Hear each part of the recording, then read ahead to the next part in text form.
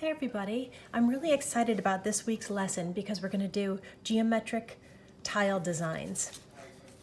Now, this lesson is from an amazing website called Babble Dabble Do, and she was inspired by some of the beautiful Islamic tiles that you'll find in Spain.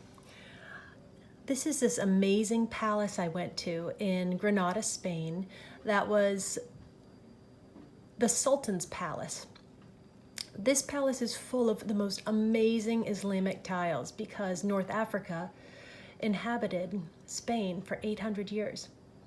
So some of the tiles you would see in the Alhambra would look something like this.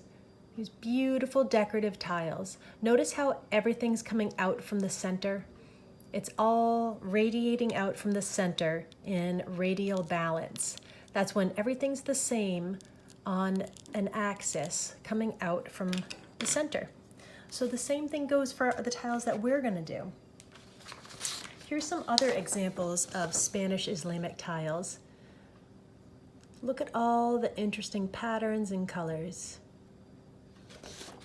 The thing I love about geometric designs is everybody can win.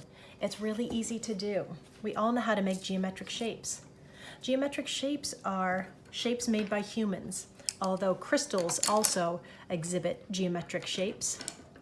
And we studied our organic shapes with our blob monsters recently, and that was with organic shapes, which can't really be defined. They can just be shapes that have no real definition.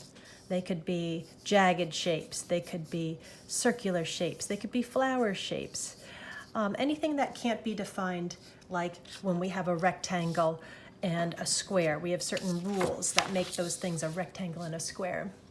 Okay, so what we're going to be doing is placing our template. If you would like to cut this out, what you do is you fold it in half on the dotted line and cut out all the different shapes. So then you have all these organic shapes, all these geometric shapes to choose from. But another way you could do it, if you didn't think you could master cutting out something like this, is also by finding different things in your house that you could trace. Caps, Legos, there's all sorts of things you could find that you could trace at your house, as long as it's all the same coming from an axis. This is the central axis. We have diagonal axis, we have vertical, we have horizontal. All the shapes are going to be the same coming out from this axis. Okay, so you could even find shapes in your house, as long as you do the same thing all around. That's going to be an amazing design. So take your time, make sure that the shapes are in the same spot all around. You could do the shapes in between the lines, or you can do it over the lines. Either one. So I could take a shape like this maybe, and trace this around. So this is also going in between the lines, just like I did the circle. And I'm making another circle. Now when I'm overlapping the shapes, I'm creating more shapes. Okay, I'm gonna make this one really simple so we can start coloring. Now when you do the colors, you could do a really simple ombre effect where you choose two colors that are similar and have them blend into each other. So here's the cyan blue or turquoise and a darker blue, an indigo. What I could do is maybe start with the cyan or the turquoise. And when I do my coloring, I'm gonna try to aim outwards because the whole radial balance has to do with everything coming out from the center. So even when I do my coloring, I'm going to try to make my coloring come out from the center. Now you could use these watercolor pencils like I'm using. You could use markers.